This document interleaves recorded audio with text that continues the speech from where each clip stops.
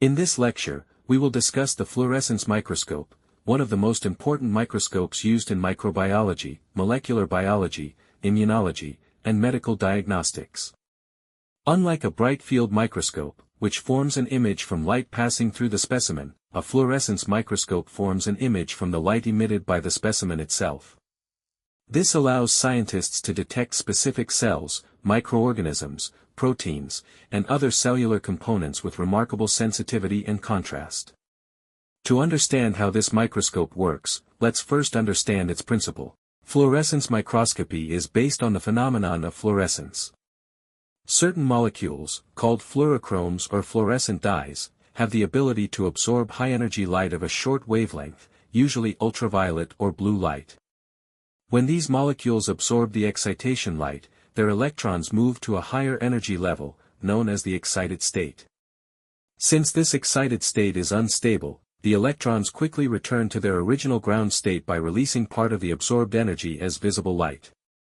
This emitted light is called fluorescence. An important point to remember is that the emitted fluorescent light always has a longer wavelength and lower energy than the excitation light. The fluorescence microscope detects this emitted light to produce the final image. Now, let's understand the working of the fluorescence microscope using the ray diagram. The process begins with a mercury arc lamp, which serves as the light source. It produces an intense beam of ultraviolet or blue light that provides the energy needed to excite fluorescent molecules. The light then passes through the exciter filter. As its name suggests, this filter selects only the wavelengths capable of exciting the fluorochromes while blocking all unnecessary wavelengths. The selected light next reaches the dichromatic mirror. The term dichromatic simply means that it works with two different wavelength ranges. It reflects the short wavelength excitation light downward while allowing longer wavelength fluorescent light to pass through. The reflected excitation light then travels through the objective lens and is focused onto the specimen. In fluorescence microscopy, the objective lens performs a dual function. It focuses the excitation light onto the specimen and later collects the emitted fluorescent light. The specimen is stained with fluorochromes, which are fluorescent dyes that bind to specific cellular components.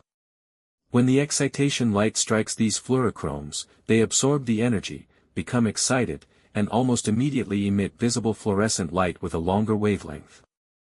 This emitted fluorescent light travels back through the same objective lens toward the dichromatic mirror. Since its wavelength is now longer than the excitation light, it passes through the mirror instead of being reflected. The light then passes through the barrier filter. As the name indicates, this filter acts as a barrier by blocking any remaining excitation light while allowing only the emitted fluorescent light to pass. Finally, the purified fluorescent light reaches the eyepiece or camera detector, producing a bright, high-contrast image in which only the fluorescently labeled structures are visible against a dark background. Let's summarize the complete light pathway. The mercury arc lamp generates ultraviolet or blue light. The exciter filter selects the required excitation wavelength. The dichromatic mirror reflects the excitation light toward the specimen. The objective lens focuses the light onto the fluorochrome-stained specimen.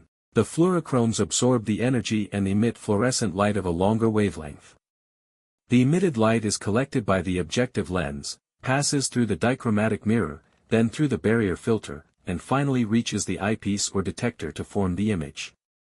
One of the greatest advantages of fluorescence microscopy is that it allows scientists to visualize specific parts of a cell instead of the entire cell. This is achieved by using different fluorochromes or fluorescent antibodies that bind only to particular cellular structures. For example, one fluorescent dye may specifically bind to DNA, making the nucleus fluoresce. Other fluorescent probes can label RNA, cell membranes, cell walls, mitochondria, chloroplasts, or the cytoskeleton. Similarly, fluorescent antibodies can bind to a specific protein, allowing researchers to determine its exact location inside the cell. Scientists also use green fluorescent protein, or GFP, by attaching the GFP gene to a protein of interest.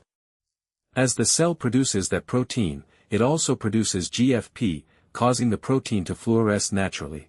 Since different fluorochromes emit different colors of light, several cellular structures can be labeled and observed simultaneously in the same cell. Now let's look into applications of this microscope. Because of its high specificity, fluorescence microscopy has become an essential tool in biological and medical sciences.